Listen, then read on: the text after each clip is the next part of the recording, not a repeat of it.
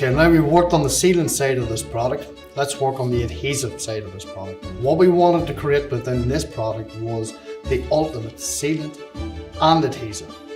As you can see from this brick, a multitude of different substrates used within the building construction industry. We have marble. There's no flash off against the back of the marble because of the no solvent content. Copper, very difficult to bond. No issues with copper. Lead, felt. UPVCs, PVC plastics, no issues. Small surface area, as you see, high tensile bond strength, like so. Aluminium, very difficult to get a bond to. Now, here you'll see polycarbonate, PU adhesives, wood adhesives. It replaces everything.